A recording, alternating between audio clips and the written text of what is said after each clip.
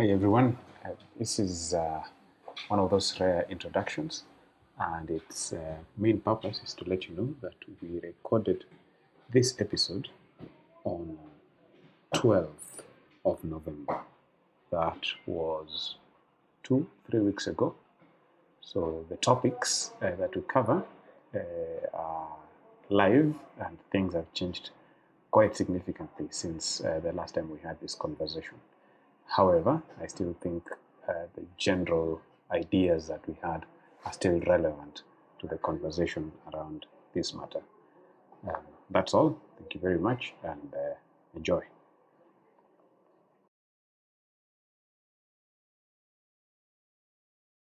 Do we include this in the recording?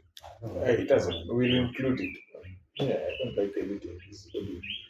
If people hear it well and good, if they don't, that's their problem. Are you aware that Jordan Peterson's wife, Tammy Peterson, has decided to convert to Catholicism? I'm not aware. But are you surprised? I'm not surprised. I'm not surprised because she's the most Catholic member of that family. Yeah. After she experienced her, you remember before 2020 they had a serious health crisis. I think it was high in 2019. She had terminal diagnosis of some cancer. I forget which cancer it was. Yeah. She was gonna die. And it seemed she did not die. Yeah, she more or less recovered. I don't know if the thing is fully healed, but at least the cancer went into remission. Surprisingly to her doctors and everyone else. This is what triggered Peterson's also his health problem. You remember? He had a health crisis because he has a problem with depression. And when his wife was diagnosed with terminal cancer and he thought he was dying, he got prescribed what are those drugs that they give those guys then? Some opiates. Or some other drug, this thing that he got dependent on. And then he realized he was dependent and was trying to withdraw. And in the withdrawal process, he experienced his health collapse. That had him more or less unconscious throughout COVID.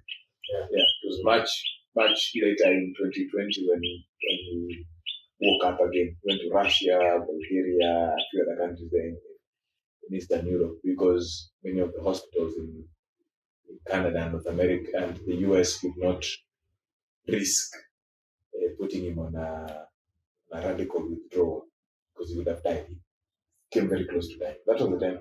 So the reason for that was that he was on these things to try and cope with his wife's. So it seems after she recovered or started going on the mend, she became very serious about faith. He started saying the rosary, and the prayer they would say before meals was the one that all Catholics say. The blessed Lord and this thing, that which you're about to receive from the 1, 2, 3 Christ, all of that. So yeah, she started putting a very. So I'm not very clear on this latest development, but I'm aware that she's to be received into the Catholic Church very soon. I don't know if she'll be baptized. I need to dive deeper into this, or because it depends on which denomination of Christianity she's coming from. If she comes from a denomination that practices baptism the way the Catholics do, then she doesn't need to be baptized again. If not, then she needs to be baptized again. But if she is from, like the Anglicans do baptism the proper way, according to the Catholic Church, and also I think the Presbyterians, the Lutherans, the more traditional Protestant, the Eastern Orthodox, yeah. So if you're moving from one of those churches to the Catholic Church, you don't need to be baptized again. All you need to do is say the creed in front of a representative of the church. Of course, there's a ritual around. Anyway, that might be interesting to our listeners. But yeah, it's been how many weeks since our last episode? 4, 5, 3 weeks. More. Because last week I was in Nairobi, this week we're here, and it was at least 2 weeks before that since our last episode. And we wanted to talk about a heavy topic today: war and death and occupation and racism and all these things. And interesting, this is racism that has nothing to do with black people, which is what has been racism for the longest time.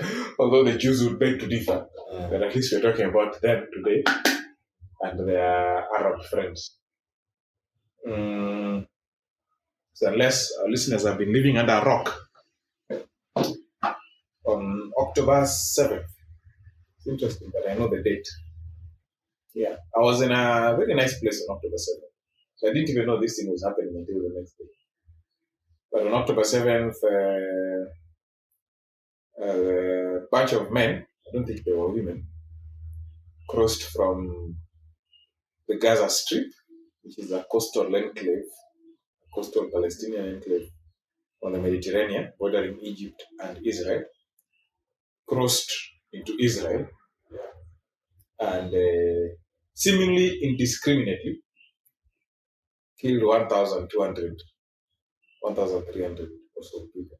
The number has been revised downwards recently. It was 1,400, but a lot of it was based on estimates. So the Israelis are now getting more or less a clear view of the numbers. They revised the number to 1,200 and something this past week. Killed that many people of all ages and sexes and colors. 300 or so of them were soldiers of the Israeli Defense Forces. The rest were civilians who were just going about their day. It was a Saturday morning. So, actually, that's a Sabbath for the Jews. Maybe the SBAs might identify. Yeah. There was a concert. Yes, there was a concert going on. Like our Nyege Nyege. Is it coming up? It's already happened. So I think this is the last day of Nyege Nyege. Today? Yeah. Look at that. I didn't even know Nyege Nyege was going on. So there was a concert going on somewhere near the border between Israel and Gaza. And this was one of the places these men targeted with guns. And I have seen a video that was a collage of videos from security cameras and dashcams of cars that the IDF put together and released to the public. It is 20-something minutes long, and it shows indiscriminate killing. Okay. Now, we are recording this from Kisumu, Kenya, in case anybody is listening from our international audience. We have some experience with attacks like this in this country. One happened near a place where I used to live about 2 years after I left there. So I was like, shit, but could have been there in Chiromo. That attack that took place in Lucid in 2018, I think. 2018 or 2019. Because I left Chiromo in 2015. So it was probably, yeah. Yeah, and I used to go to school there. And we have had other experiences like that. 98, they attacked the United States Embassy. They were targeting the US Embassy, but most of the people who died were Kenyans. And then we had Westgate. These are the famous ones. Westgate was when I was still living in San. In fact, I was there. It was strange because that day we were supposed to be at Westgate. Yeah. To buy some books for the center. Yeah. But we didn't go. We went for a football match in Strathmore. So just immediately after the game, because the game ended at sometime around 1. Yeah. Close to 1 o'clock in the afternoon. So when I went to check my phone, I'd seen a couple of relatives had called me, where are you? Because they knew I frequented the area. Yeah. Yes. So that must have been either 2014 or 2013. I think Westgate was 2013. Yeah. 2013. So, yeah. I was in the area at the time when the thing was happening. I remember seeing the smoke going up. And I was too old to have false memories. Yeah.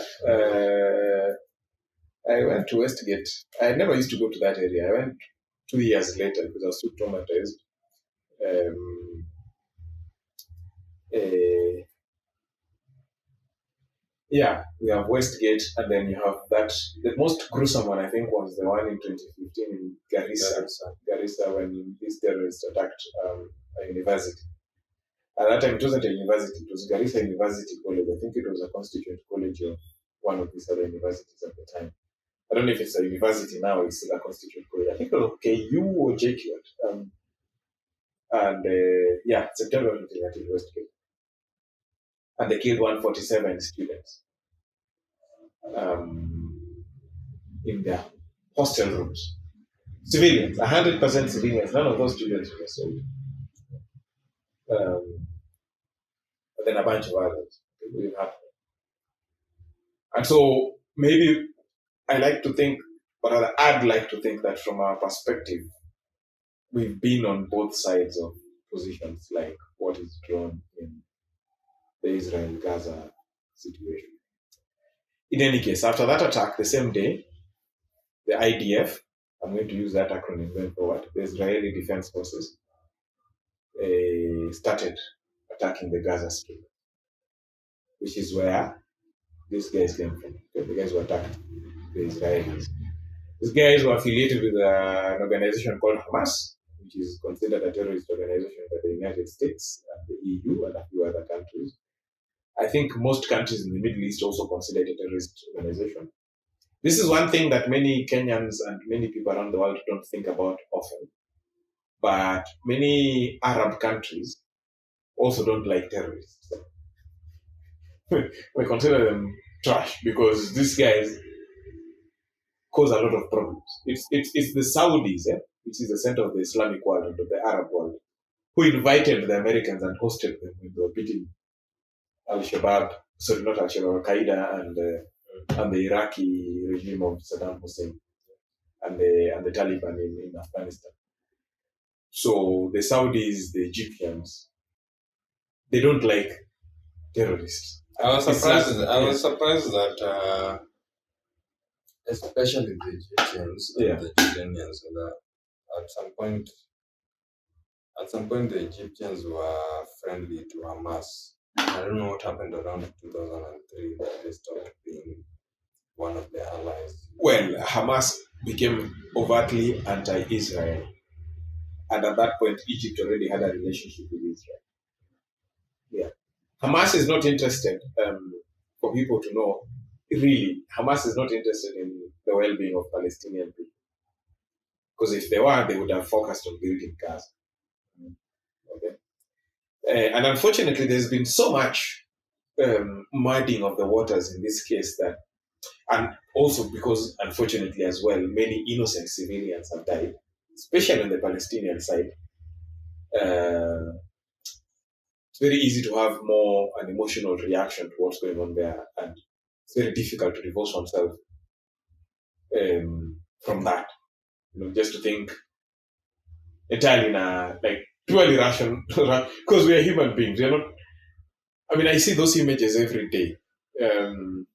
After I realized that many news reports were sourced from Telegram, the New York Times and Al Jazeera and the BBC. A lot of these things come firsthand from Telegram accounts. So I looked for those Telegram accounts and I followed them. And they put out way more gruesome stuff than the rest of the media will put out. Here's a warning to listeners. One of the images I saw was of a child that had been cut in half. Okay? Dead. And a man is holding the torso of the child up with the head. And there's no way to be. If you're a decent human being, you can't look at that and think that those guys deserve it. You can't. I mean, it takes a few minutes for you to mourn there because that's a child, that's an innocent soul that had nothing to do with what was going on. His house was bombed or whatever, or shelled. He had nothing to do with it. is cut in half, is dead. And so we might talk of experiences of self-defense and collective punishment and crimes against humanity and all that. All that stuff is not going to help that child. This is a child that would have had a future. But then, you think of that again and you realize this child was growing up in the Gaza Strip, which is run by a terrorist organization. How much of a future was he going to have? How likely was he to end up? And this is the wrong way to put it, but it's necessary to think of these things if you're going to have an honest conversation about this situation. Anyway. There's been this claim, huh? Yeah. Okay, I know, and I agree that it's really hard to draw a line where you're going to have a conversation about some of these things, because I don't think there's anyone who disputes the fact that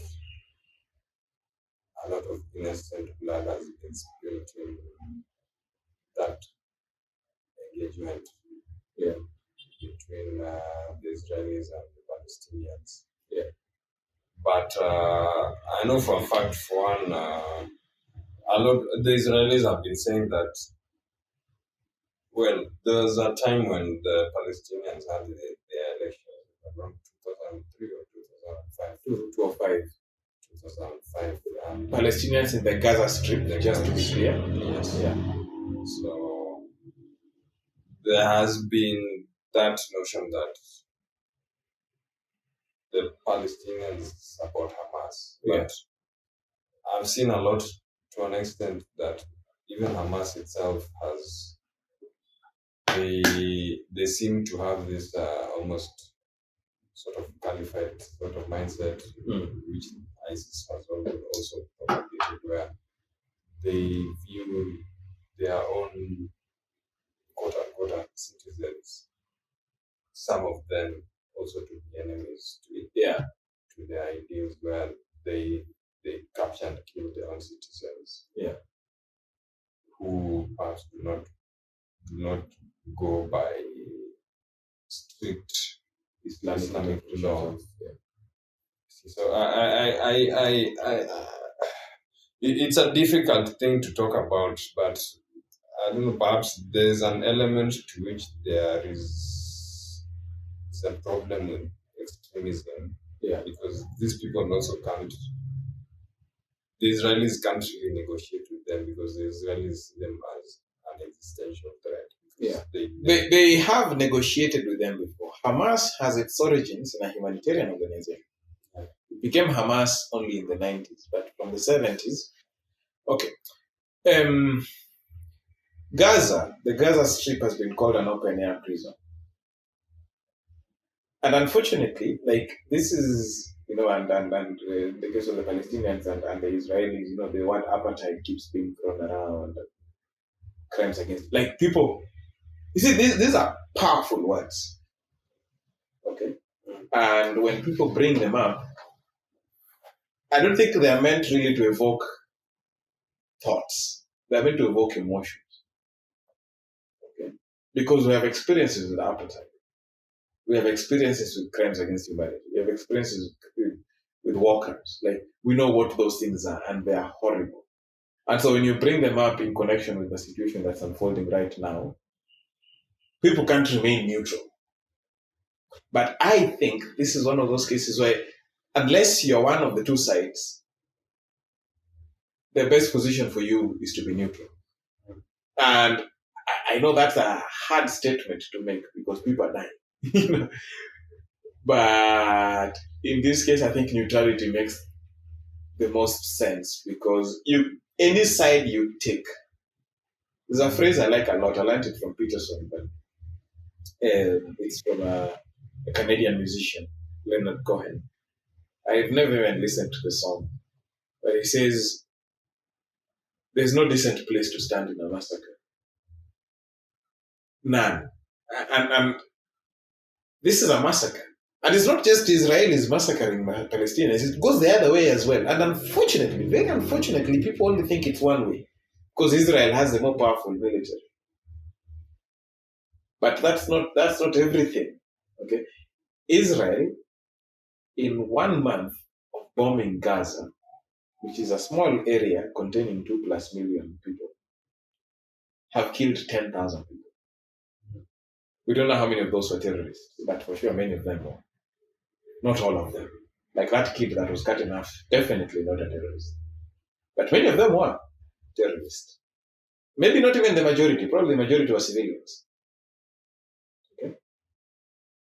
But Israel has nuclear weapons. If they were interested in killing all Palestinians in the Gaza Strip, they would have done it by now. But they can do it right now. If they want to take out everybody in Gaza, they have the capability to do so. Right this moment. And it's not because they are targeting them as a racial group or Yes. as Arabs, because you have had the rest of the Arab League. Yes. And I don't know how much of this was a process was as a result of this Arab animosity towards initially at least what ended up gestating into what you call Hamas. But my understanding of this issue is that there's a point in time where there's a lot of animosity, at least the neighbors surrounding the Israelis, that led to them having to occupy the rest of that coastal region, the West Bank. So, first we have to arguably the greatest philosopher of all time, the man Socrates. Okay, this is coming from the Western canon. Said that the beginning of wisdom is clear definitions. So we need to define things. Yeah. Okay. Israel is a state, is a country that has a government, that has a people, defined borders. At least that's what the international definition of a state is, no? Territory and people, under one government, right? So there's also a question of international recognition. And international recognition, which is the United Nations, really. Israel is one such country. Okay, all other countries are like that in the world. At least the countries that are recognized. I don't know if Kosovo is recognized by the UN, but it's getting there. So Israel is that.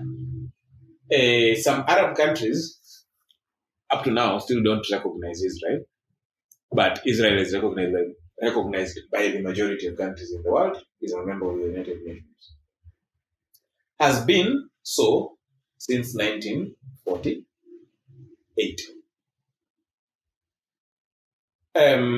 It is a majority Jewish country. Okay, a few misconceptions about it. That most of what do you mean by Jewish? Because that's the other. There's the other point of contention. Yes. By Jewish, I mean people who belong to the Jewish nation. Remember, not Jewish religion, because the Jewish religion and nation are one thing.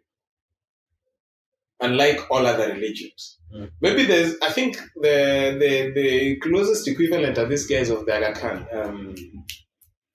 Ismailians, yes, who it's a religion and a nation at the same time, but in their case they don't have a state. The Jews also have also been a nation and a religion, but didn't have a state from the time when their state was dissolved by the Romans. What do you mean by a nation? A nation. What really defines? Is it? Do they all have? Can they all draw their perhaps their ancestry to perhaps people who occupied? Yes. So a nation is a community, not a society. And I think for Africans, it should not be difficult to understand this because our countries are all states that are not nations, except Botswana and Somalia. Those are the only two nation states in Africa.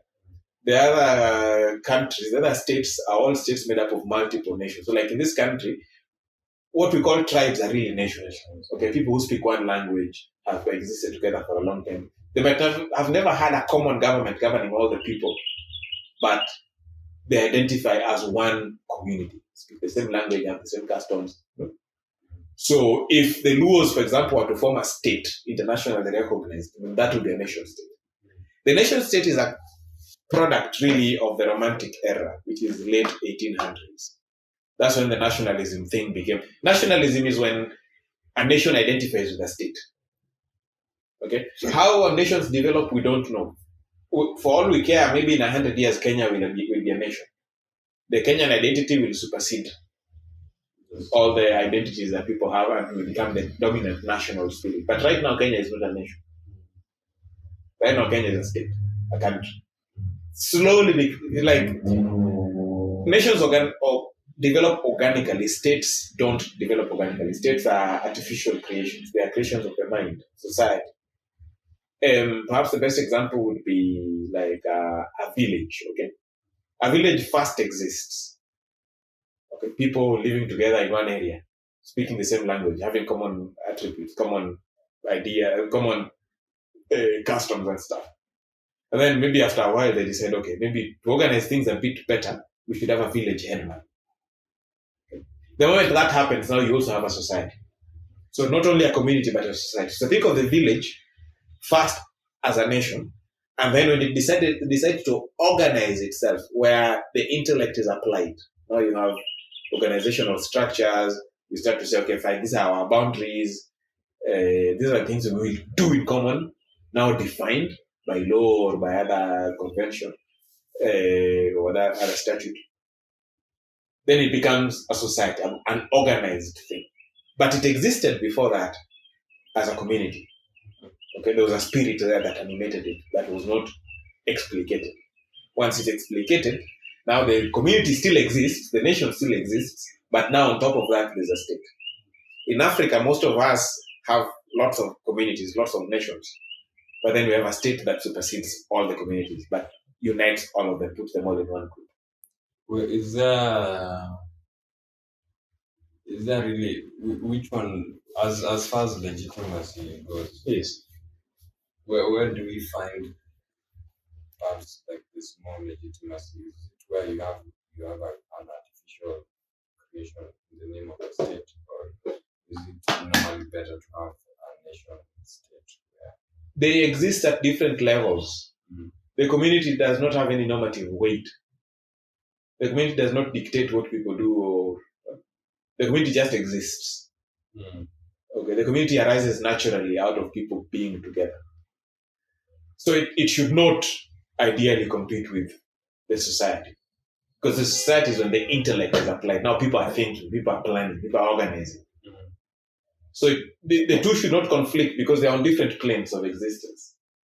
It's only when, like, for example, now in the 1800s, when the nationalist movement developed, the romantic movement, that every nation should be a state.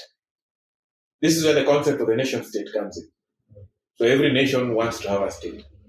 And by the way, this is very relevant to Zionism and to Israel right now, because that's when the Zionist movement was born as well. It was a national movement of the Jewish people, particularly in Europe, but in the rest of the world as well, because Jews were everywhere. There are Jews even in China, because they were dispersed all over the world. But when Zionism developed, there was national movements all over the world, except in the United States, which had already developed itself, formalized itself as a nation, but also as a state, with very tenuous roots as a nation, but mostly as a state, because the United States is a really explicit organization. Okay, they had a constitution at the foundation of their country. It wasn't that the country first existed and then after a while they decided to do the constitution. The constitution is at the very foundation of the state. There's a small gap there of some 20 years or so from the Declaration of Independence to then, but it was a formalized country from the beginning. And I think it's the only one of that kind. Okay, American exceptionalism is there for you. All the other countries are developed. Maybe the closest one in Europe would be the United Kingdom, but that's because it's an island. The other national movements in Europe were the ones that created the countries in Europe that exist now. I mean, up until the 1840s, 1850s, most of Europe was governed by one country. Okay, the Holy Roman Empire, which is what then broke up, and then the Austro-Hungarians and the empires of Napoleon. Europe didn't have the map it has now. Now, of course, some people will accuse me of being Eurocentric, but most of history right now is written from that perspective. So we have to use Unless you want to blow things wide open, which we can, but we are not interested in doing that right now. At least I'm not at the moment. At the time when Italy as a country only started existing in the 1890s, if I'm not mistaken. Italy, France, Spain. Portugal had an existence for a while. It's one of the few older countries of Europe, although it's also very young. Germany's borders changed just the other day. Okay, this national movement, which actually was a very Germanic thing, it was German philosophers and artists who came up with it, that every nation should have a people. But that was mostly because Germans were the one people in Europe who are divided across all the empires. They didn't have a nation state until Otto von Bismarck united them. Otto von Bismarck was the chancellor, the prime minister of Prussia, which was the most powerful German state. But there were other German states at the time as well. Okay, there was a bunch of polities there, a bunch of principalities and duchies, and there were so many. It was them. It was Bavaria. Yeah, the biggest ones were Prussia, Bavaria, and Austria. So Bismarck united all of them except Austria, which allied with the Hungarians and became the Austro-Hungarian Empire, which later became central to the First World War. Now, at the time when the national movement, this is like a 50, 60-year period, is developing in Europe, the Jews who are living in Europe also start having a national movement. Because everybody wants a country of their own. The Italians want their country, the Germans want their country, the French want their country, the Belgians want their country, the Dutch want their country, the Swedes want their country, everybody wants their country, the Finns want their country. They're all being ruled by empires at this time that span nationalities. These empires are more like African countries now than they are the European countries. But everybody wants out. Is it?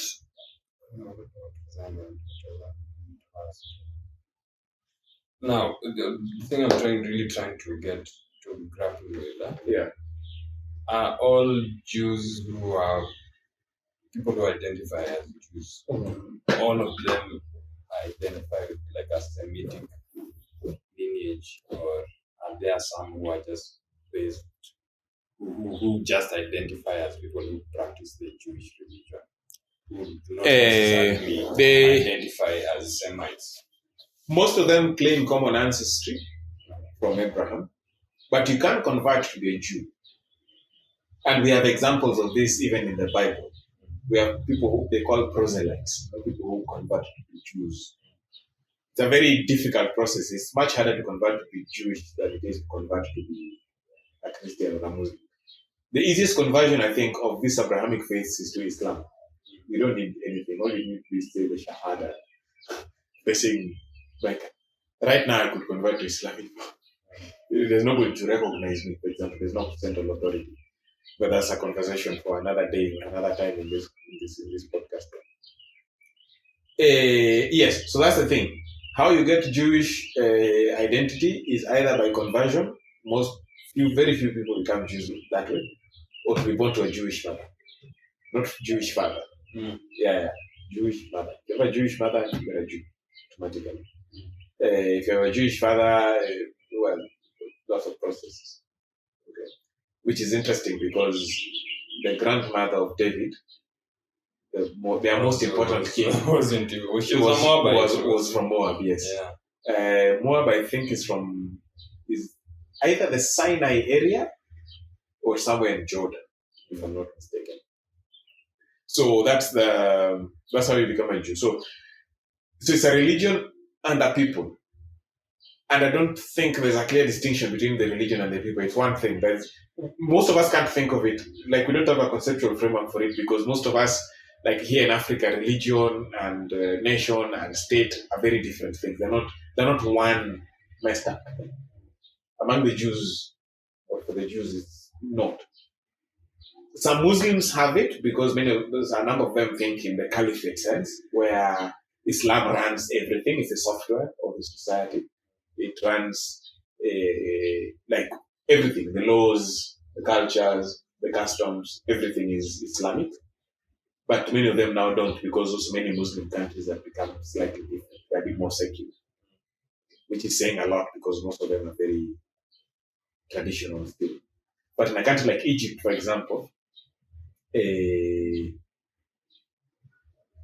not religion that runs the state. Every time religion has tried to run the state, people have been very unhappy. The most recent example was after the Arab Spring and Mohammed Morsi of the Muslim Brotherhood, to which, by the way, Hamas belongs, became president, won the election, and immediately tried to Islamize the country, turn it into an Islamic Republic. And people are not very happy about it, and it got kicked out. There was a coup. And is it the same situation with the Saudis? Because the Saudis are the closest to a theocratic Islamic state, but also slightly different because they are not the authorities. Like the Saudi royal family is not the Islamic authority, although they are very close to it. Like it's not very easy to disambiguate. We can't think of these things very clearly outside them. Because we are very far removed. We are in a country that is secular, in a region that has a small Muslim minority, and we're Christians. It's hard to conceptualize that society. Maybe the closest we can think of, the way many Muslims who are devout and are serious about their faith would like it to be done, would be maybe the Ottoman Turks, perhaps, who, by the way, used to run the region where this conflict is now going on. In any case, going back to where we started, nationalist movements are developing all over Europe. The Jews who've been diasporic in Europe for a long time, and by Europe I mean the whole of Europe, not just Western Europe. I mean Russia, and I mean a bunch of Eastern European countries, Poland and Hungary and Belarus, the countries that are there now, and Ukraine. They also develop a national movement because everybody has a national movement.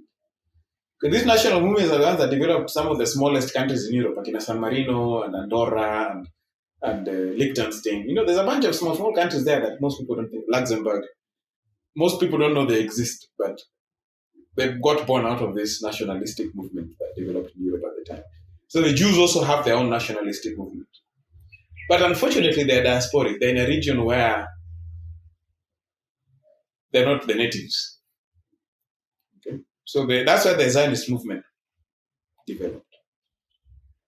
And they started now looking for. There's a guy called Theodor Herzl, who was a journalist, but he's the one who took this thing more seriously, developed the Zionist Congress, a group of Jews who would try and strive for a Jewish homeland. And this was, many people think of the Second World War. This was in the late 1800s. This was long before the Second World War. Okay.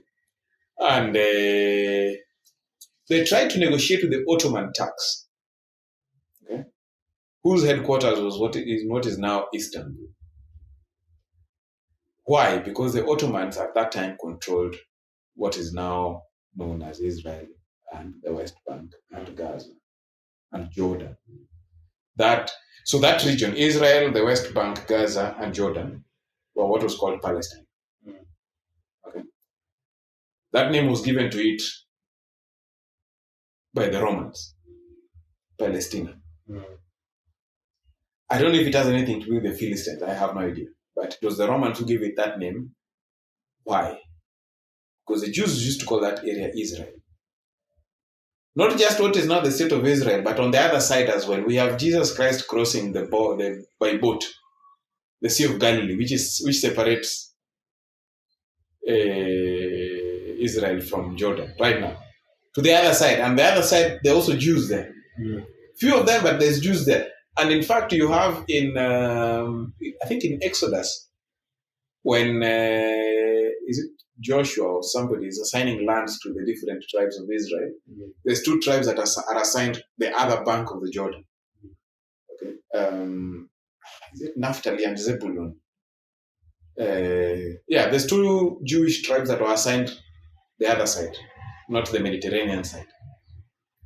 The Levites didn't get any land, but I think Zebulun and Naphtali got land in what is now the state of Jordan. So Jordan, the state of Jordan right now, and Israel and the West Bank were historical Palestine. In the early 1900s, it was controlled by the Ottomans. There was no such people as Palestinians at that time. Now, I'm not saying they don't exist now. People develop, again, the conversation we had at the beginning. Peoples, nations are organic. They develop maybe out of a shared adversity, whatever. People exist together, you develop a shared identity. Right now, you can say Palestinians exist as a people. But in the early 1900s, they did not as a people.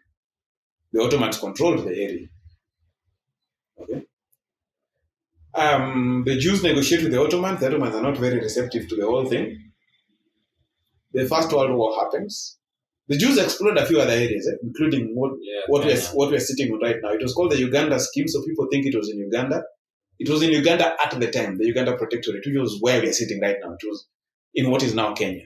So the Uganda Scheme would have had the Israelis. Why was the Uganda Scheme an option? For what reason? Money. It was money. The Brits had just spent a heck of a lot of money developing the Uganda Railway and lost a lot of money and men because it was a difficult process. And so they were looking for a way to develop this place so that they could recoup their money. The Jews, the Zionist Congress, had at that time amassed a heck of a lot of money to try and buy land and help resettle Jews who were being persecuted all over Europe at that time, because at that time pogroms were happening all over the place. So they developed a common fund where a bunch of Jews had contributed together. These are not rich guys, by the way, yeah? They were just ordinary Jews. Put together a common fund, the way I don't know how many communities would put together a common fund to help their people. So they had a common fund there, which the Brits were eyeing. Because they're like, East Africa, we just built a railway to nowhere, spent a heck of a lot of money. Yes.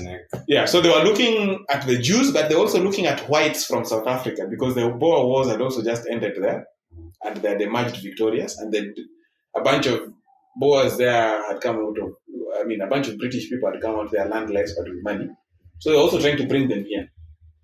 So there was a conflict, actually. The whites also wanted the land. The Brits offered the guy called Chamberlain offered the land to, he called it the Naivasha Plateau. So what is now Uasin Gishu, Nandi County. You know why I'm asking you this question? Yeah. There's also been like a lot of some fringe ideas. Yeah. That people claim that perhaps the what I ideally call the Hebrew people. Yeah. Claiming that a lot of them, the initial perhaps descendants, and this has also captured part of people who claim the Black Jesus movement. Yeah. Who claim that. So there are a lot of people who might tend to latch onto the idea that because the British were considering giving parcels of land to the Jews here in East Africa, that this was actually the original Jewish state, like no. This was a fever dream of Lord Chamberlain, who was the colonial secretary at the time, and was doing a tour of the East African coast by ship. He didn't even come inland. He landed in Mombasa, and so the railway had been built there, and was briefed on it, and said, this would be a very good land for Theodore Hazel and his people. Because he was told how indebted the colony was. Remember, Kenya was not originally a colony. Kenya was ceded or granted to the Imperial British East Africa Company. Okay, so portions, I would say. What is now Kenya? Okay, so the coastal strip was leased from the Sultan of Zanzibar, who was a vessel of the Sultans of Oman. And there's a whole story to be told there. Those guys sold more slaves than the Americans did. But that's a story for another day. That plus the interior of Kenya up to the Nakuru area, Nakuru Naivasha area. That became granted to the Imperial British East Africa Company. That company, I think it went bankrupt or it was unable to continue its operations. At that time already, the Uganda Protectorate existed, which included all that land up to. So what is now Uganda, all the way to Naivasha. That is why the railway, the meter gauge railway that we have right now, was called the Uganda Railway. Yet it came to Kisumu, which is in Kenya now. Kisumu was not in Kenya when the railway was being built. So shortly after the railway arrived, okay, and the IBAC either went bankrupt or became unable to continue administering the place, these lands were solidified into one polity, together with the Northern Frontier District, which was granted to the Brits by the Italians, or was taken from the Italians, I think, after the First World War. There's a thing I'm a bit hazy about that. But it was from the Italians who were running Somalia at the time, and Ethiopia. The Ethiopian reigned for a bit. It was a bit hard for them. Yeah. And that became the East Africa Protectorate, which is what I think in 1928, or around that time, became the Kenya colony. So Kenya started as a company, and then became a protectorate, and then became a colony. The difference between the three is that a company runs the things by its own laws and all that. A protectorate is under the protection of the British Empire. A colony is run as an outpost of the British Empire. So that's the difference. Administratively, there's some difference in paperwork, but in reality, for the locals, it didn't make much of a difference. It was foreigners running our land and owning it and trying to sell it to Jews. For people's interest as well, here I'm speaking to the people who are listening. At the time, Kenya's population was like 2 million, 3 million. It wasn't as we are now, heading to 60 million, where you could say people would have been displaced. There was nobody to displace. You could say maybe there were more people living there before, and then there was a terrible famine, and is it rinderpest, an outbreak of some disease of animals that decimated the Maasai and the Kalenjin. So the land looked empty at the time. Maybe it was more heavily populated before, but it wasn't as populated as it is now. Not even as populated as it was in the 60s and 70s. Kenya's independence population, I think, was 20-something million or less. That's relevant. Keep in mind, okay? We like to demonize colonialists and all that, but again, once again, in this, it's better to be neutral. Try and look at things from all perspectives. In any case, Theodore Herzl's Zionist Congress presented this idea, I think at the 6th Congress of the Zionists, which was in Basel in Switzerland. They presented the idea because they were initially resistant to the idea of settling in East Africa because they had been thinking of the Promised Land, which is where the people had come from originally. But then there was a pogrom, a deadly one particularly, what is now Chisinau in Moldova. Moldova is a small country that borders Ukraine and is it Bulgaria? Bulgaria or Romania. So the bottom left corner if you're facing north of bottom left, southwestern corner of Ukraine. Is Moldova. They make some very nice wines there. Chisinau, their capital, was then called Kishinev. There was a nasty pogrom there that made these guys really, oh shit, we are looking for land in the Middle East and our people are still dying here in Europe. If we can just get land somewhere, we can go and settle there. So they took it a bit seriously, although there was a bit of fight about it at that Congress. They held it in Basel. Theodor Herzl was Swiss, a Swiss Jew. And they sent a 3-person delegation to East Africa to try and look at the land and go and give a report.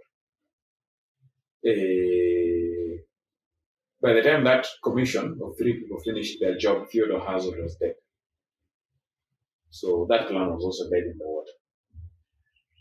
And I especially like the language they used to reject the proposal to settle in East Africa. They were like, we are not interested in colonialism. or in having a colonial outpost anywhere in the world except in our homeland. Why I find this interesting is that now the Israelis are accused of being colonizers of the land in which they live, right? A few things worth throwing out. This seems like a defense of the Jews, but it is not. Okay? It's just a balance to the conversation because there's a lot on the other side. Most of the Jews who are in Israel right now are not from Europe. Most people think they are because, colonialist European Jews came here and took over our land. Most of them are not. The vast majority of them are not. I think less than 30% of the Jews in Israel are European Jews. Most European Jews emigrated to the United States. There's more Jews in the United States than there are in Israel. Most European Jews went in that direction. The Jews who are in Israel right now, most of them are from what are now Muslim countries. There used to be a very huge Jewish population in Morocco, in Libya, in Algeria, in Yemen, in Egypt, in Jordan, in Syria, in Iraq, in Iran, in those Central Asian Muslim countries, the Tajikistan and company. They all fled to Israel. And if you want to know when most of that migration happened, it wasn't in the early 1900s. It was in 1948, 1949, 1950. Why? In 1948, Israel declares itself a state. Why did they do that at the time? The British Mandate of Palestine ended. Why did it end in 1948? We go back to the Ottomans, okay, who have been running that area more or less continuously since they conquered the Byzantine Empire, which is the empire that was started by Constantine after he moved the headquarters of the Roman Empire east to Constantinople. Renamed a city called Byzantium into Constantinople, which in the 1400s, when the Ottomans took over, they renamed it Istanbul, which is what it is called up to now. Those guys have been running the Levant, that entire area where Israel is and Jordan and company, even Saudi Arabia, from the 1400s. And unfortunately, in the First World War, they find themselves on the wrong side, which is normal. Empires fell in that war. Almost all empires fell in that war. The Austro-Hungarians fell, the Ottomans fell, the Holy Roman Empire fell completely, although I don't think it was called the Holy Roman Empire at that time. Most of them fell. And out of the Ottoman Empire, a bunch of countries were born.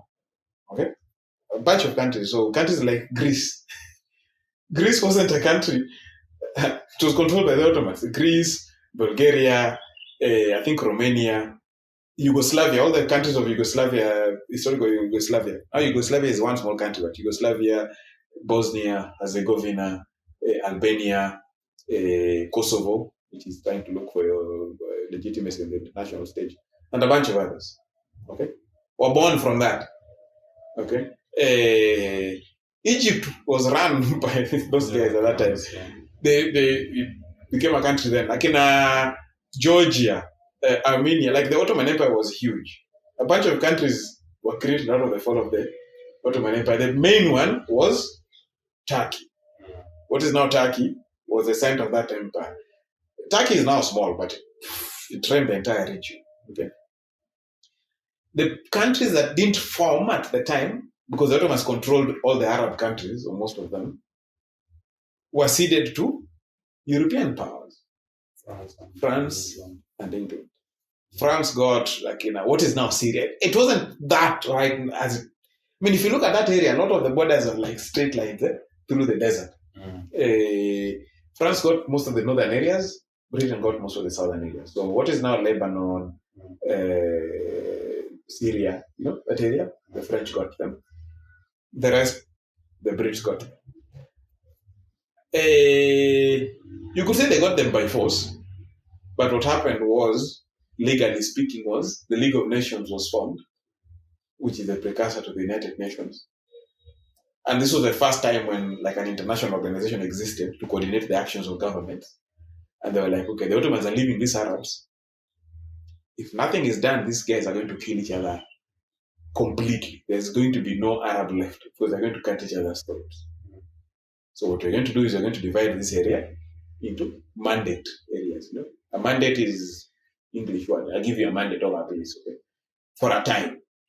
For a time, it wasn't in perpetuity. No. So the Brits got mandate over a bunch of areas, including what is now Palestine. The League of Nations mandate for Palestine was given to Britain, and it was valid until 1948. Yeah, interest, you can say a lot of things, you know, why the Brits chose to take Palestine instead of Syria. But the Brits always got the choicest portions from the French. Okay. The French always got deserts. Even in Africa, they got only the deserts. Well, they got a few rainforests, but much of what they got was the deserts. Okay. They like feeling superior, but the Brits had them. Conversation for another day. So the Brits got the British mandate, the League of Nations mandate for Palestine, which was set to expire in 1948. What happens is the Second World War happens for a bunch of complicated reasons. And tangentially, but I think importantly, the Arabs were allied to the Germans at the time. Okay. Yeah, they participated in the Holocaust. I think at this time also, the hatred of Jews in the Arab world started becoming a thing. Now, mind you, before the Second World War, before Israel is declared a country, before the Zionist Congress even has a means of developing a country in the Middle East, Jews are migrating into the Middle East. Not the Middle East, into what is now Israel. They're migrating from all over the world. The largest contingent, okay, again, another interesting fact. We said that the European Jews are a small, well, not small, 40% is not small, but they're not the majority of Jews in Israel. The largest portion of Jews, of European Jews in Israel, are not from Western Europe. They're from Russia, Poland, Ukraine. That's where most of them came from. The European Jews, the Western European Jews, again, mostly went to the United States. Okay, so Jews are migrating there. The Brits are running the place. Again, this is something Kenyans would not have difficulty understanding. They need people to work there. They bring in people from around the area. So they bring in a lot of Arabs from Egypt, what is now Egypt, from what is now Jordan, from what is now Syria, from what is now Lebanon, from what is now Saudi Arabia, from what is now Iraq. Jews are also coming in. Most of them are buying land in communities. They're buying, like a group of people come together, they buy land. Most of the land they're buying is not prime land. It's swamps and deserts. Okay. Mind you, that area had not been particularly interesting or fertile. Okay. Before that, it wasn't developed. Okay, it was run by the Ottomans, but they didn't pay too much attention to it. It was an outpost of their empire. They just had pride that they controlled it, but it wasn't generating any income. It wasn't. And here we could go on a tangent and say maybe it's the Jews who make that place what it is because they have the strongest attachment to that land. But yeah, that's a whole conversation. Yeah, it's not developed. And you read documents from that time, it's not developed. Okay, people are going there for pilgrimage. Christians used to go there for pilgrimage. Jews would go there for pilgrimage. Muslims used to go there for pilgrimage because it's a sacred site for most of these people. Now, interestingly enough, it's not the holiest place for Muslims. For Christians and Jews, it's the holiest place. But for Muslims, it's the third holiest place. So it's not like it's the most important place for them. Yeah, for them, Mecca, then Medina, then Jerusalem. For Jews and Christians, it's Jerusalem. You could say Rome for Christians, but not really. Jesus didn't ascend into heaven in Rome. He ascended into heaven in Jerusalem or outside Jerusalem. Jews are settling there. Many Arabs are settling there to work for the Brits. But the Jews are buying land and building stuff and trying to tame the land, to drain the swamps and to irrigate the deserts. Their national movement is growing. The Brits, their mandate is supposed to end in 1948. They are tired of running empire. Okay? The empire is dissolving slowly. Mind you, the same year when the Israelis declared independence, the Brits lost India. Okay? The empire is crumbling. Okay, they managed to exit a bit better in Africa, but still, they lost a lot during the Second World War. They were tired. All they had to do was just try and unwind the empire in the most elegant manner possible. Their mandate for Palestine is meant to end in 48. I think is it 17th August? When did the Brits declare independence? August 1948. Yeah. At this time, the Jews now, their nationalist movement is at a fever pitch. And they've identified the land that they want to form their state in. And many of them are living there already. Okay? One talking point that many supporters of the Palestinians like to say is that why couldn't they just form a state that included the Arabs and the Israel and the Jews, where everybody would live in peace? The Israelis were ready for that. The Jews were absolutely ready for that. Yeah, because they're already living in Arab communities. Yes, they were ready to do that. What the Arabs didn't want was for there to be a country where the Jews lived in large numbers. They wanted to drive them to the sea, back to Europe, back to the countries they came from. At that time, most of the Jews there were from Europe. Okay? Because many had, once sea travel developed properly, many had come from Russia.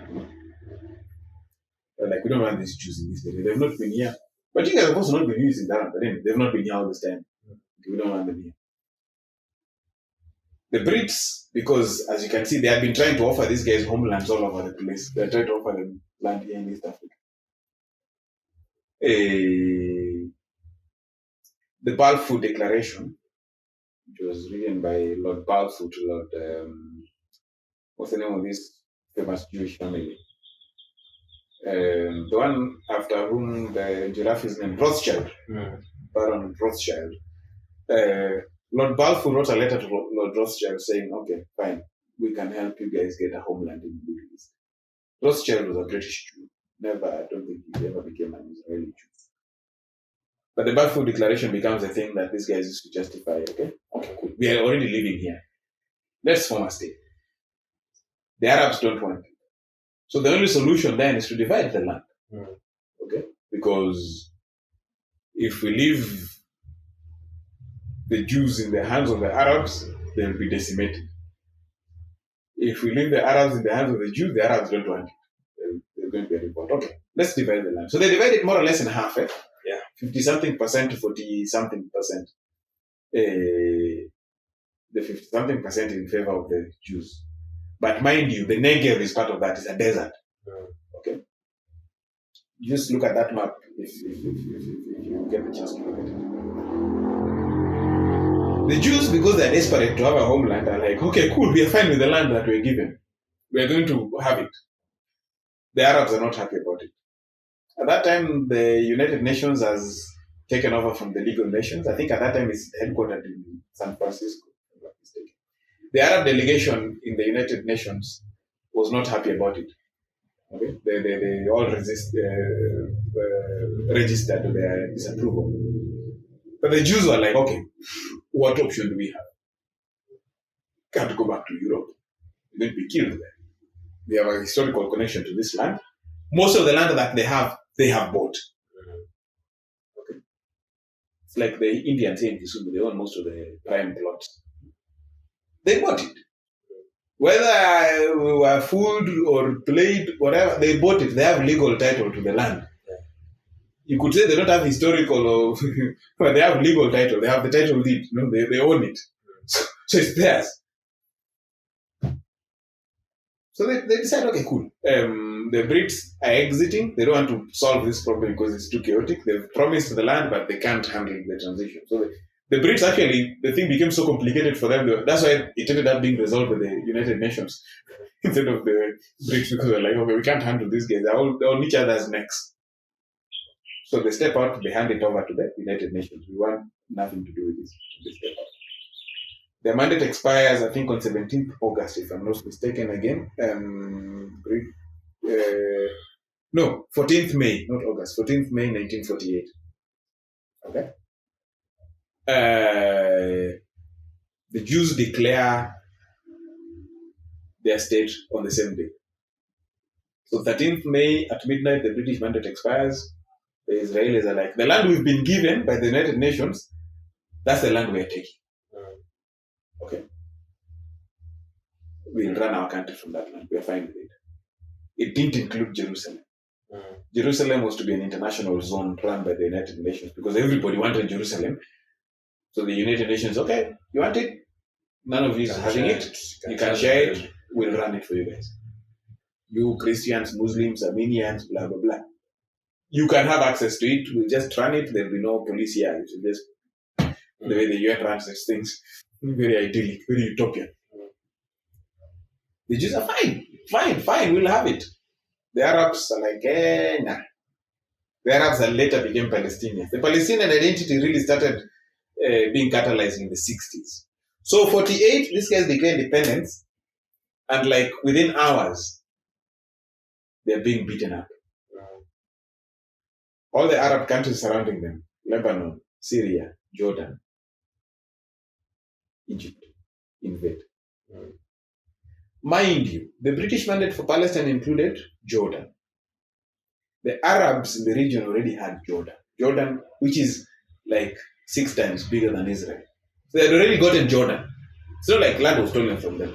It's this small strip here, of which the Jews were getting an even smaller portion. They had Jordan.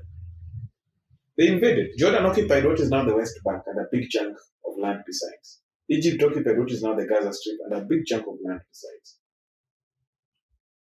That war wasn't started by Israel. They declared independence and they were invaded. They didn't even have an army at the time. There are some organized militias. The most famous of them is the Haganah and a few other famous ones. By luck, because they didn't have any backing in that war, they won that war. They didn't have the overwhelming superiority that they have now militarily, but they won that war. And they beat back these guys. But Egypt retained the Gaza Strip and a big chunk of land in that area in the Negev. Jordan retained the West Bank and tried to run it. The Egyptians the same. They had problems. Because the Arabs they were trying to rule in those places were not very nice. Yeah. Jordan has probably killed more Palestinians than Israel, but nobody will ever talk about it. Yeah. 1967. So that's the first chance the Palestinians had to form a state. Okay. The Jews didn't get Jerusalem. We didn't get Jerusalem. It's accessible to everybody. Why not form a state at that time? They still had the most fertile land at the time, the best lands. They had a big chunk of the Holy Land. They had Jordan already. 1967 comes along. Once again, these countries invade. I can't remember now exactly what triggered that, but Israel again did start that war. This is the famous 6-day war, where they invaded. The Israelis turned the thing around, and within 6 days they were occupying the Golan Heights, they were occupying the whole of the Sinai. They were ready to march on Cairo. Again, they stopped. Negotiated a peace. Now I'm a bit hazy on what the settlement here was compared to 73, the Yom Kippur War.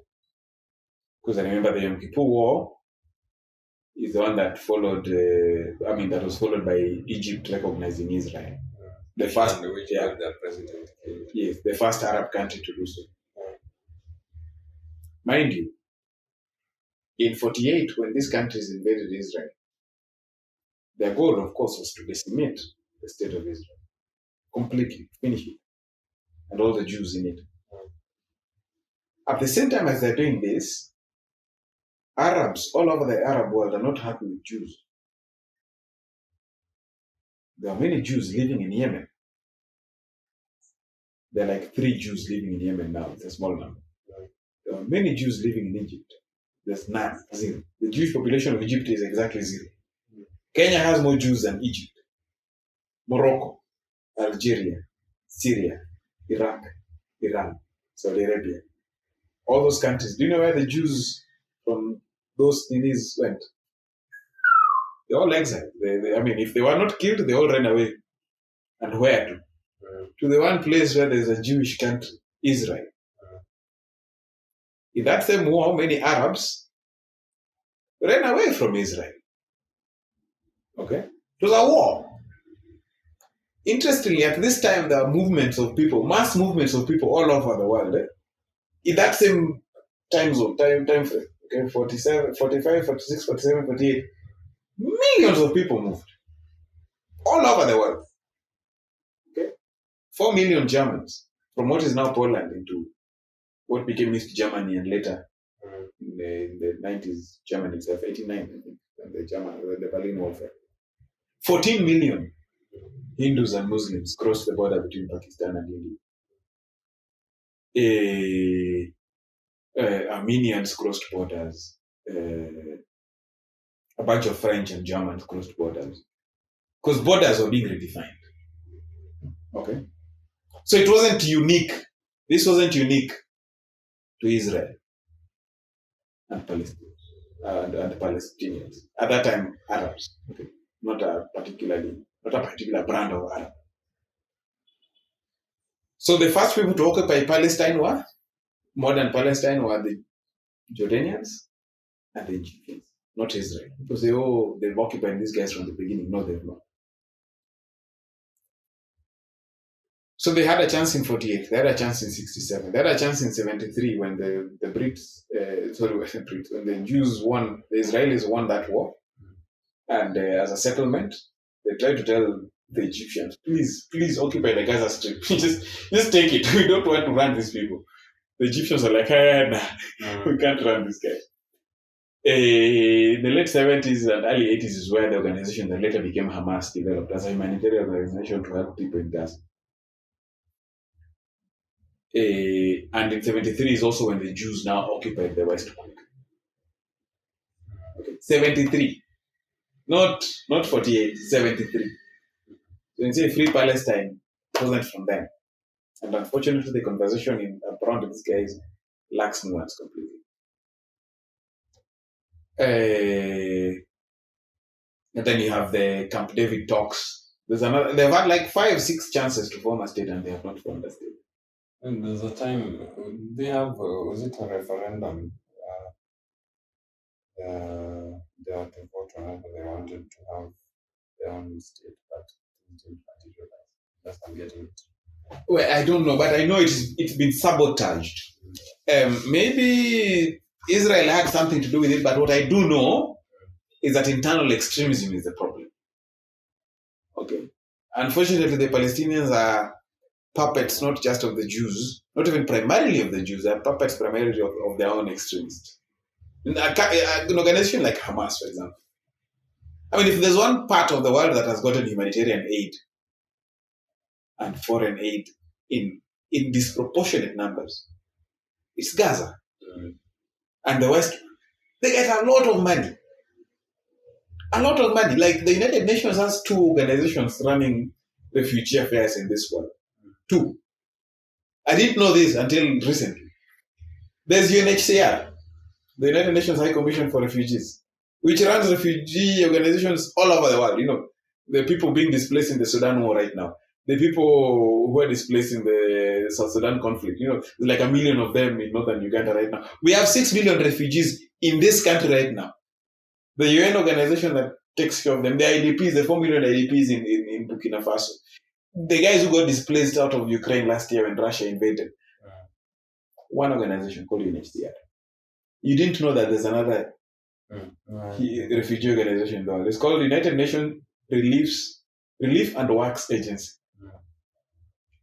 This one focuses on Palestinians. These guys have their own UN agency, man. Okay? Yeah. Oh, there are hospitals, there are schools there in the Gaza Strip and in Palestine. And money is poured there. People are blaming the United States right now. United States funds, like the biggest source of funds for the Palestinians comes from the United States and the EU. Oh, the US is bombing this guy. Those guys have been feeding people in Gaza. Yeah, I found some of the actions by Hamas to be pretty diabolical. Hamas is diabolical. They are converting like the water pipes into rockets. Into rockets. Yeah, when water runs out, instead of trying to restore water, they dig out the pipes, they turn them into rockets. And there isn't really much accountability on how they spend the money. Whenever Gaza is bombed, after they've attacked Israel and Gaza is bombed, the place needs to be rebuilt. Where does the cement come from? From Israel. Mostly from Israel. It's Israel that sends most goods into Gaza. They divert a huge chunk of the cement and sand into building tunnels. Yeah, but I think perhaps one of the most extensive underground.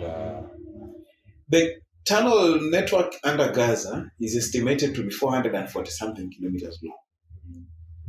For a Kenyan, that is the distance from Nairobi to Mariakani or beyond. Nairobi to Mombasa is 480 kilometers. I think Mariakani is 40 clicks from Mombasa. No? Yeah. Imagine that. From a country where everybody is a refugee, as is claimed. I have a problem with that distinction, by the way, because all those people who moved, the Indians who moved from India to Pakistan, the Pakistanis who moved from Pakistan to India, they were refugees then. They're not refugees now. After a while, you stop being a refugee. Your children, get born in a country. Unless you're prevented from going back to your country, but you're among your people. You stop being a refugee, you settle down, you have a house. Like a lot of the things they call refugee camps in Gaza, they're not refugee camps. We know what refugee camps look like. They're made of tents. These are apartment blocks. They would not be out of place in Pipeline or in Kondaile or whatever. Apartment blocks, you call that a refugee camp. Anyway. On the other hand, there is the problem. Anyway, before we even go to the other hand. So when this attack happened on October 7th, I tried to put myself in the shoes of both sides. And both sides here being Hamas on one side and Israel on the other side. On the Israeli side, you get attacked. What are you supposed to do? What are you supposed to do? Say, we've oppressed these guys long enough, even if you have oppressed them, which I don't think they have. So we deserve it. We are going to do nothing about it. We are going to shake hands and look nice. You're a nation state. You're a state which guarantees its citizen security. What are you supposed to do? Obviously, there's going to be countermeasures. And you are going also to be in the sense that you need to offer some kind of comfort to your own citizens. So you need to be able to posture in such a way that seems to be, you need to put yourself in a strong position. Yeah. And also scare your enemies. Yeah. And like in this case, it's very clear who the enemy is. Like it's not ambiguous. It's not like you can have two thoughts about it. Hamas is the enemy. They planned the thing, they attacked, you know exactly where they are. But on the other hand, Hamas is also a very savvy operator. Okay, they've put all their military targets within civilian areas. Okay, they use ambulances to ferry soldiers. There was this complication of, how do international people living in Gaza evacuate? Because there were people there. It's not like the place was just Palestinians. the Palestinians hold citizenships of other countries. So their countries are interested in getting them out. And for like 2.5 weeks after the shelling of Gaza began, the bombing, those guys could not get out. And I was wondering, why can't they get these guys out? Turns out that they were trying to negotiate in the behind the scenes, to build lists of all the foreigners who are in Gaza who would leave. Hamas runs the government of Gaza. So, of course, they were building this list with Hamas. Half of the people in Hamas's initial list were members of Hamas. So these guys are not even interested in getting people safely out. They want their own people to get out. And get out to where? To Egypt. So Egypt was the first to say, hell, nah, we're not bringing in Hamas. They're going to bomb Egypt, because they're also not happy with the Egyptian government. The Egyptian government is not an Islamic government. They're not happy with the Jordanians. Yes, they're like, these guys are extremists in every Arab and Islamic country. There's extremists everywhere. I think that sort of answers the question, because I was watching some of the more mainstream debates. There's a fellow who, I think he's from Egypt or so, I'm not so sure. But he sort of gained popularity during that time. You remember when Netflix had that show called Cleopatra? So he was very vocal in the sense that there was a lot of perhaps what you would consider to be the Black African peoples trying to steal their, what we would now call, I don't know, like Egyptian identity. So the guy has now morphed into this debate of the Israeli-Palestinian conflict.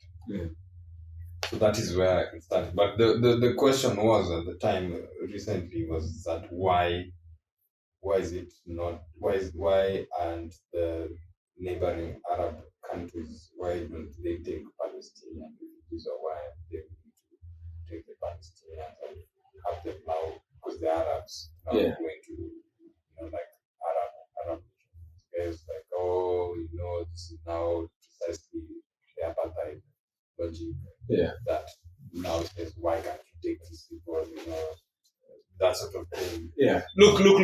It's not even taking them in. Egypt could have kept Gaza.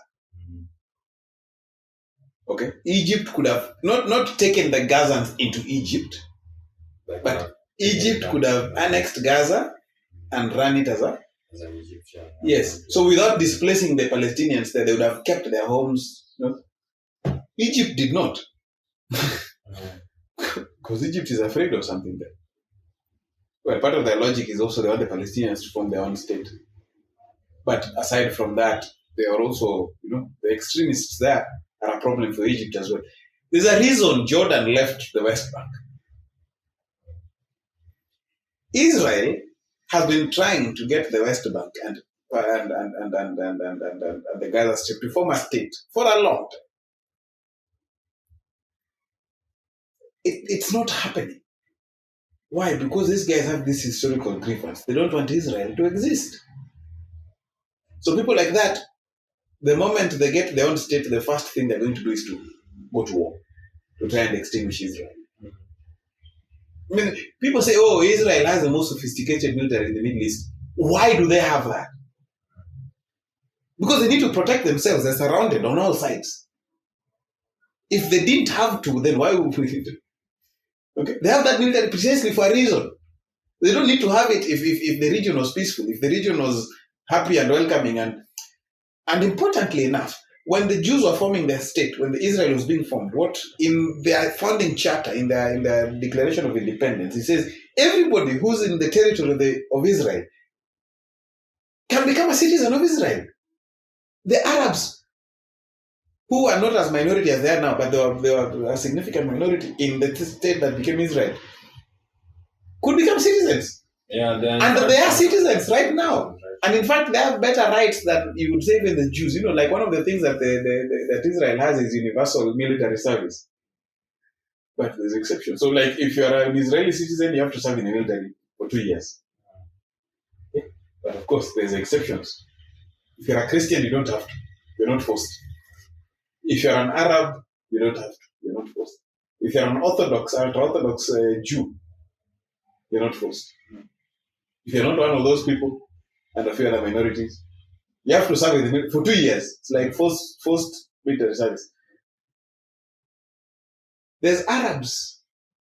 Arabs make up 20%, 21% of Israel. When people talk about apartheid, they're not talking about Israel. They're talking about the West Bank. Yeah. The West Bank. Not even Gaza. Gaza, there's no apartheid thing you can talk about there. Gaza, the Jews withdrew. Israel withdrew unilaterally, completely in 2005, and they left Gaza alone. Even the blockade that is there now, they didn't do in 2005. They left Gaza. Within months, the Gazans held an election. Hamas rigged itself in. Now you could say Israel had something to do with it because Israel didn't want the Palestinian Authority to run the West Bank. Complicated politics. Hamas took power, started attacking Israel. Israel blockaded the place. The blockade was not there from 2005. The blockade was a response to attacks. Okay? 21% are Arabs. 21% of the population of Israel within the borders of Israel. Now there's 500,000 Jews, up to 500,000. Could be less, could be more. Who've gone and settled in the West Bank, which was occupied by Israel after 1973. Now that is something on which I feel more confident in criticizing Israel. Because they're going in there, they're settling there, they're complicating the possibility of the Palestinians forming a state there. Because if they were to form a state, then would these 500,000 Jews have to leave? 500,000 Israelis. I don't think they're all Jews, but most of them are Jews. The West Bank is what used to be Judea and Samaria. And Samaria. That's where Jesus was born. Like most of the stories of Jesus are in that area. Would they be kicked out if the Palestinians formed a state? Would they stay there as citizens of a Palestinian state? So they are complicating things, unfortunately. But I also understand the impulse that pushes them there. Okay. They've tried to pacify that area in all kinds of ways. It has failed. So the only solution is to live there among those guys. But unfortunately, also, they're not doing that. They're living in separate. That is where apartheid is being practiced. Because they're settling in there in communities that are separated from the Palestinians with their own roads that connect their communities, and the Palestinians cannot access that. This is in the West Bank. It's important to keep this in mind. In the West Bank. And sadly, that is complicating things. Like if the Palestinians were tomorrow to say, okay, fine, we're laying down our arms, we want to form our own state, what happens to those 500,000 Israelis? A lot of people. Yeah, that's a huge population. Yes. So unless they will be willing to become citizens of a Palestinian state, and the Palestinians are willing to administer justice properly and all that, if they were to form another Israel where people are free, But I think I see also a tendency among a number of more extremist Israelis, extremist Jews, that they should annex the West Bank and Gaza, take it over and form that whole place as Israel. If I were them, I would have done that in 48. But right now, it's not going to work. Yeah, they've kind of prosecuted the entire thing. Yes. Yeah, so they're actually in a weaker position. Yes, and they should not do that because these guys have now formed a national identity and you need to give them their rights, you need to give them their freedom. Now, if only the Palestinians could form a state, just come together, form a state, write a constitution, live among the community of nations, with your neighbor there as Israel. Don't go to war with each other. In fact, they're better off being friends. Yeah. It's like if Kenya started being very grievous towards Uganda. Doesn't help. Doesn't benefit anybody. Both sides suffer. I mean, like, why should there be missile sirens, rocket sirens in Israel every single day? It's not like the Jews are having a good time out of this. They're not.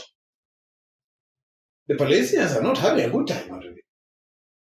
So why not just live together, like just your neighbors? In fact, those guys are very alike genetically. Yeah, Yeah. it's the same people. No.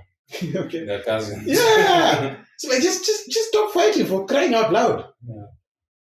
But unfortunately, if you are a nation state with a government, with the people to protect, if a terrorist organization attacks you, you go at them. And I understand that completely because we've done it in this country, and I think we were right to do it. Because they are Japan. Yeah. You go after them there. Because you know what? Al-Shabaab was messing up even the Somalis. Even the government was not working. What we did in Somalia was to go and try to beat those bastards out and to form a government there. So that Somalia can be governed by a government that is secular and peaceful. And this is a problem also, I think, that the Islamic world needs to get their hands around. Okay? They need secular governments. Like the way they try to run the more extremist Islamists try to run the world now, it's not compatible with the world in which we live now. It's not. And I don't identify with it. And this is why, while I think that the Palestinians in Gaza deserve better, I also don't sympathize with Hamas. And I think, this might sound callous to say, but I think I think Israel should be very hard on them this time. Like just wipe Hamas out completely. Now you could say, oh, you wipe out Hamas and then tomorrow you're going to have more people who are grieved against you. Mm. And that's why I think Israel also could handle this better. Okay? Thing of expecting Egypt to take the refugees is stupid. Israel is the richest country in the region. Host those guys. Mm. Take those civilians in. Okay? Build a refugee camp for them if you can't, but treat them well. Mm. Okay? This thing of you're bombing, the Gaza Strip is only 40 kilometers long. Okay? It's less than the length of Kisumu County. Kisumu County is 100 kilometers long. The Gaza Strip would be like from here to Katitu. Long. Wide is like 16 kilometers. It's nothing. You're bombing one end of it. You're telling guys to move to the other end. That other end also you're bombing. Meanwhile, there's free land. There's a lot of farms in the Negev there in that neighborhood.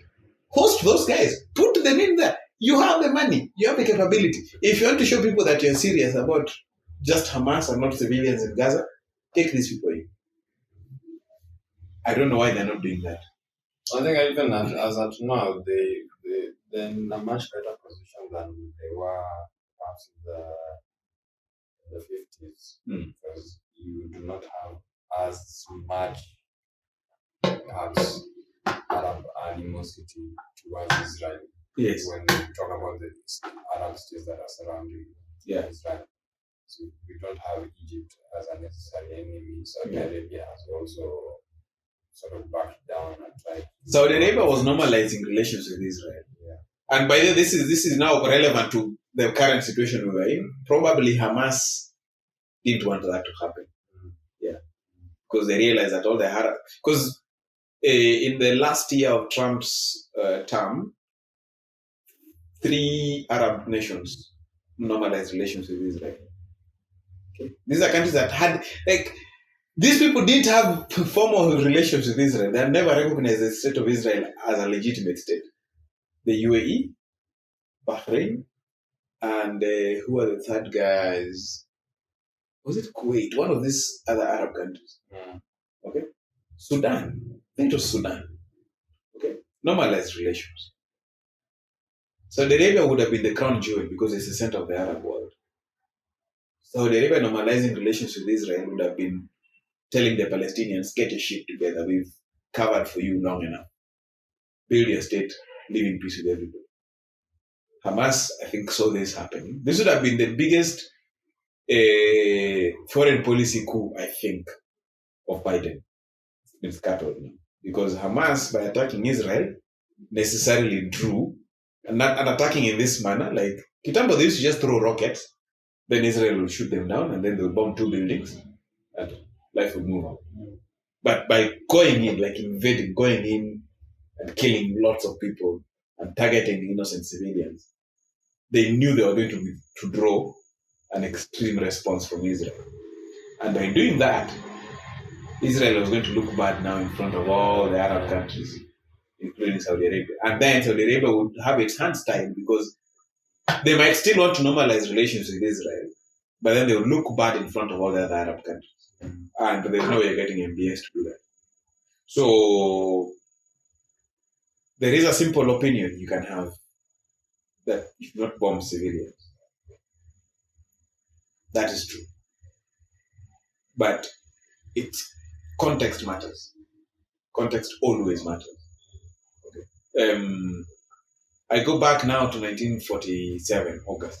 1945, sorry, August. I think 15, whichever date that was. The United States drops an atomic bomb on Hiroshima. It kills, 70,000 people. It's not the deadliest American bombing of the First World War, of the Second World War. Before that, they had bombed Tokyo in one night with regular bombs and killed 100,000 people. Indiscriminately. Tokyo was mostly had paper houses. Those guys built houses of wood and paper. So they bombed the whole place with incendiary bombs, napalm bombs. They just light on fire. 100,000 people died in one night in Tokyo from conventional bombs, not nuclear bombs. In any case, they bombed Hiroshima. Beforehand, they warned the Emperor of Japan that we have a bomb here that should surrender now. To be wise of you to surrender. The Emperor does not take it into consideration. So they bombed Hiroshima. Flattened the whole city. Those civilians were innocent, most of them. They were going to work, they went to their farms. But they belonged to a country that was at war with the United States and with the world. Mind you, the US had tried to to win that war. The war in Europe had been over for months. That war ended in May with the capitulation of Germany. But the Japanese were still fighting, and they were fighting hard. Like every single island the Americans would get, they would have to kill every single Japanese in it because the very last Japanese would go down fighting. There was no surrendering, none of that. So the Americans realized we can't. By the time we win this war, we'll have to kill every single Japanese. They're not even gotten to the Japanese islands themselves, the main islands, the Honshu, Kyushu, and the main. They were still on the outlying islands in the Pacific, small islands. These guys were fighting over every square inch. What do? You have a weapon to end the war. Nasty. This is the thing that Oppenheimer grapples with in this recent movie that came out. And Truman tells him, if you designed the bomb but I dropped it, you should not be crying. The conscience, it's my conscience that should be biting me, not yours. So they dropped that bomb. And then they dropped the other and they killed 200,000 Japanese or slightly less. If that war had gone on, a lot more Japanese guys would have died. Probably in the millions. And that war would have dragged on for another 15 years maybe. What do? War is ugly.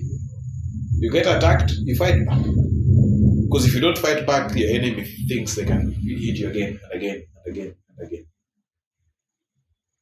And people are going to die. You have to keep that in mind. People are going to die. Whether we want it or not, people are going to die in war.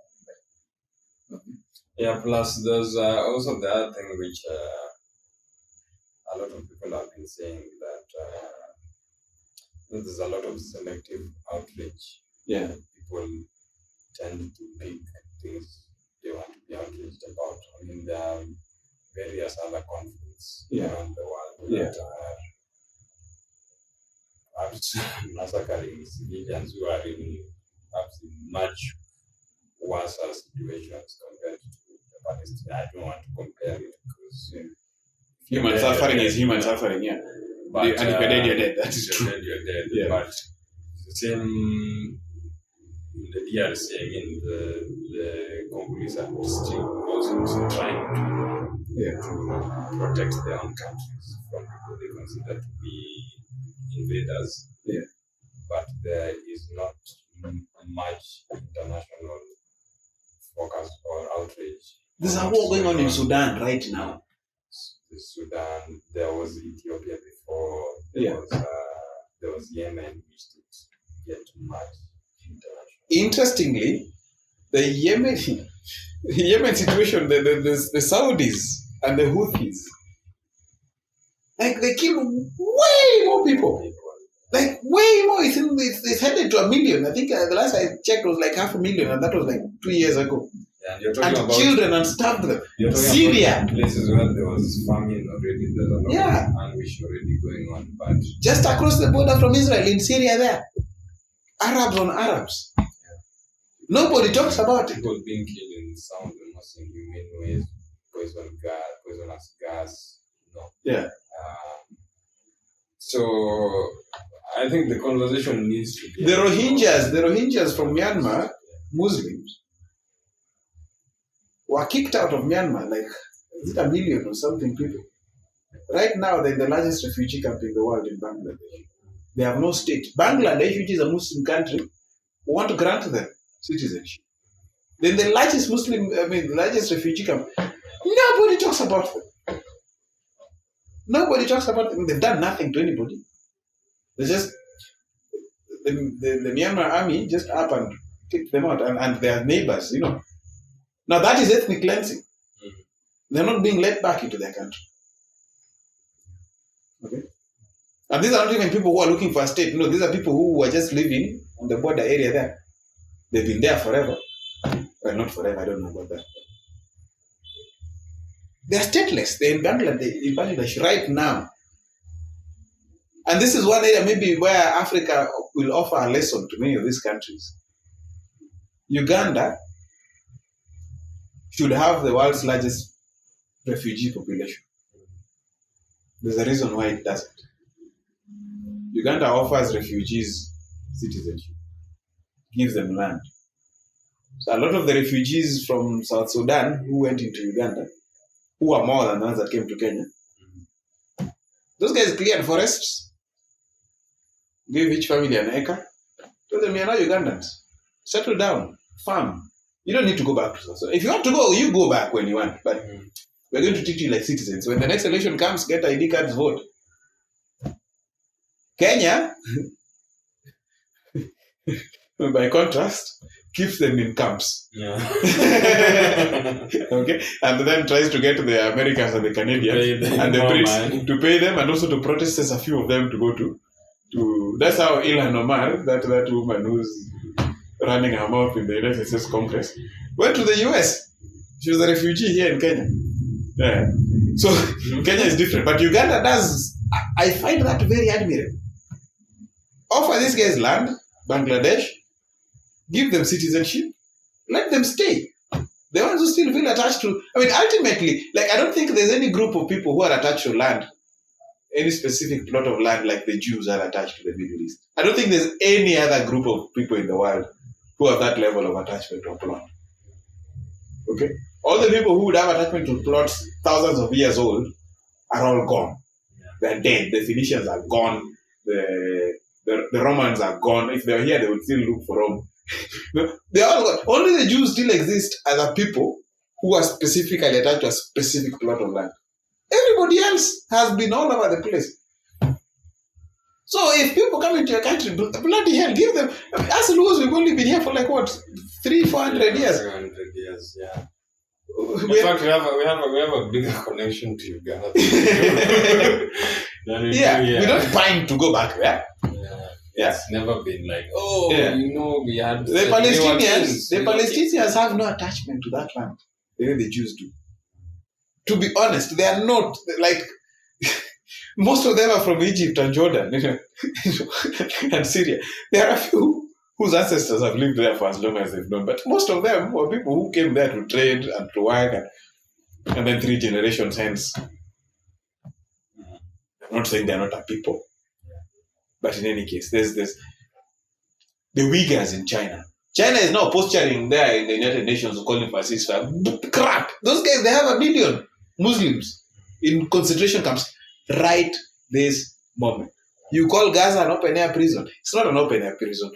Those concentration camps, those are prisons. Those are real prisons. Forced labor, they're sterilizing. And they don't even want you to talk about them. The minute you... They're there really calling on Israel to cease fire. They will consider... They've killed way more Muslims than the 10,000 that Israel has killed in this day.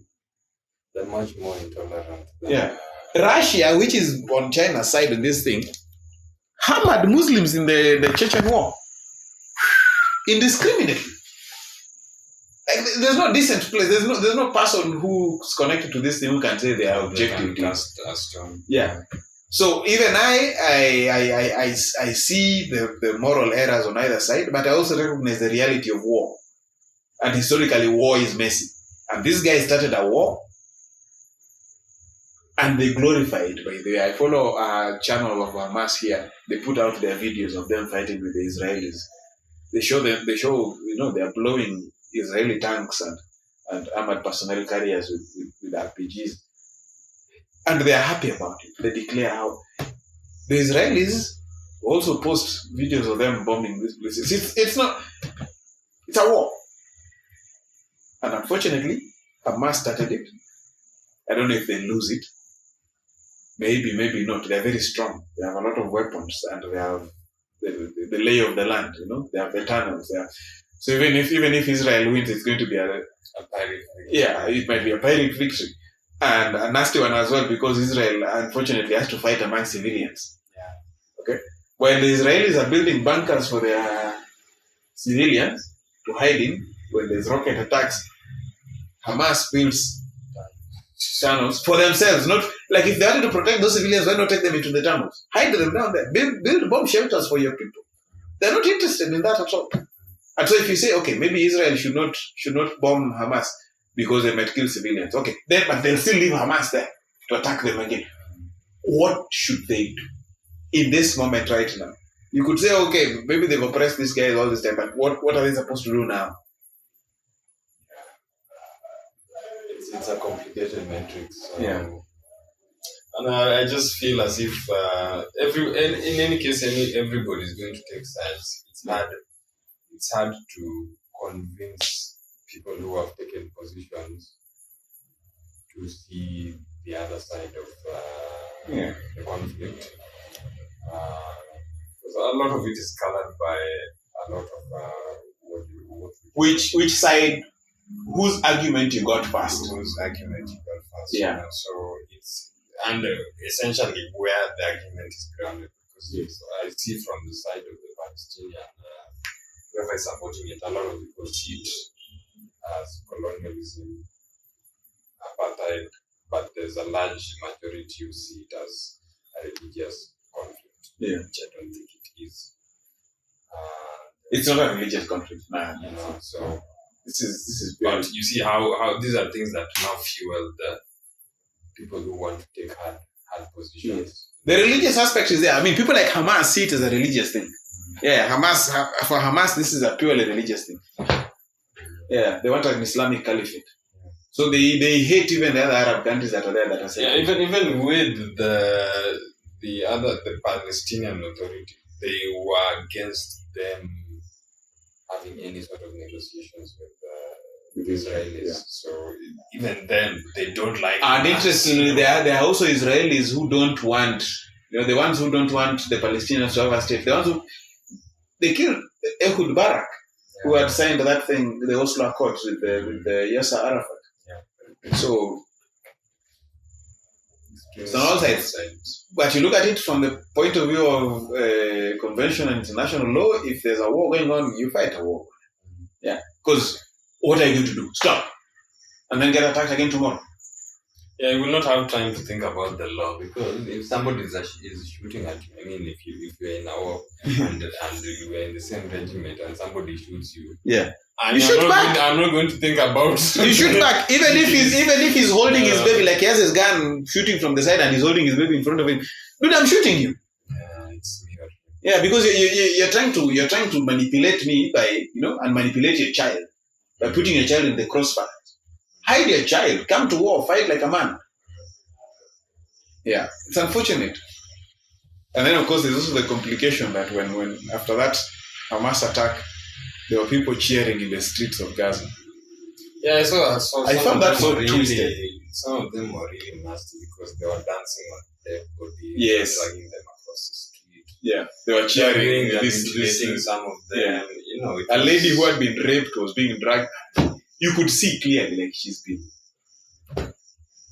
This is a person who probably had just gone to a party, had taken some acid. They're not even they're probably atheists, you know. Yeah. Many Jews in Israel are atheists. They're not even interested in God.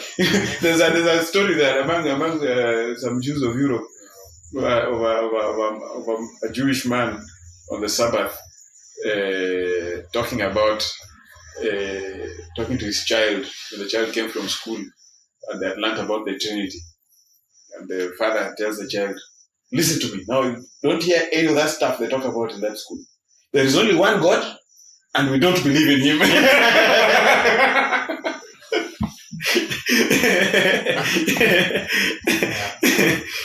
Many Jews are atheists, by the way. Yeah, but large majority they don't even agree on They don't care about God. Like, state they should have, whether it should be a Jewish state or Yeah. a secular one. Yeah. Like, there are those who don't even consider like. and by the way, the other thing that is nice about them is that they're not proselytistic. I don't know if that's nice or whatever, but they're not interested in getting converts. They make it very difficult. If you want to become a Jew, it's very difficult. As Christians, we are proselytistic. We want people to become Christians. You know? We go around doing apostolate, trying to invite people to the faith and trying to share it with them and all that. They just don't do that. It's just they like to say that all they want is just to be left alone. Like, just you guys, you live your faith as you want to live it. We don't really care. Yeah, just a Jewish sect. Yeah, you Christians and Muslims, you're just a Jewish sect. Just leave us the hell alone. You know, and I understand them. Just leave them the hell alone. You know, if it's a question of religion, then God chose them, and God has not chosen them. God chose them and said, "Okay, you are my people." And never has God said, "You've stopped being my people." How God will handle their case is none of my business. Yeah. It's up to Him. What I do know is that my favorite human beings are all Jewish.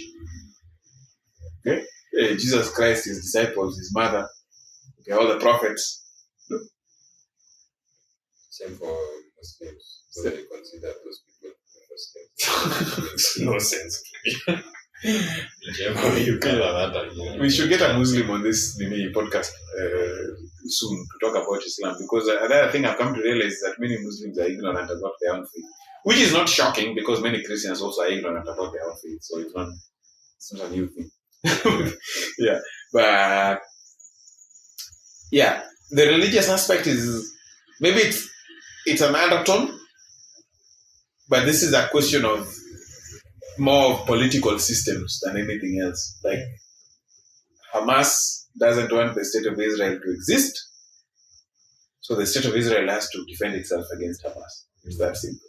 Hamas will hide itself behind civilians, so that And they will kill any civilians Yes. that do not agree with them. they've been holding people hostage, Gazans inside Gaza, because as you know, Israel opened up a humanitarian corridor for civilians to move south. These guys have been holding people inside hospitals, keeping them there so that they cannot go, so that Israel cannot bomb them. So, like, was it yesterday?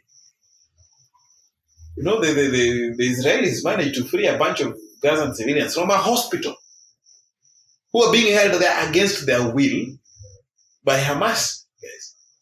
So the Israelis had to go into the hospital, take out the Hamas guys, and offer these guys safe passage to the south. Which Hamas will never do for. Yeah, anyway, I think this is one of the longest podcasts we had. Yeah, no, I don't know. Maybe I also feel very strongly about this because this is one of those cases where propaganda has become so strong. The Israelis are very good at propaganda. Hamas is very good at propaganda. And unfortunately, many of us are tempted to simple opinions. Yeah, because simple opinions are easy. Okay. But it's never, there are very few cases where it's that simple. Yeah. And even the people that we look up to can be wrong. I mean, people like Mandela can also be wrong. Obama I've seen him throwing around, running his mouth on this topic now. He had a chance to solve this problem as a president of the United States. He did not. How it came to Donald Trump, of all people, to be the one to untangle that knot there, to realize that actually the problem between Israel and the Arab countries has nothing to do with the Palestinians. And to start having conversations with the specific Arab countries. If the Palestinians wants to solve their problem, they can have a conversation with Israel. It has nothing to do with Bahrain not having relations with Israel. So they cut that knot. I think Trump is more, I felt as if he was more of a decisive leader. He has his weaknesses. Yeah. But he was willing to go to run the length of his actions, and not to be held back by who will say what about me. Yeah. But I felt as if Obama was nice. Not even too nice. I think he was led by a lot of other interests. Yeah. At times he was like really pandering to a lot of other this thing of experts, and perhaps even led by his own party, the Democrats. Yeah. And whoever advanced them. Yeah. But Trump was willing to go beyond the politics and whatever entrapments that come with it. Yeah. Which I feel as if the Americans need it. Biden has also fantastically filled up that. Biden has become the biggest arms dealer in the world. He has become an arms dealer, man. Like him is just funding the wars that these guys are fighting, and he's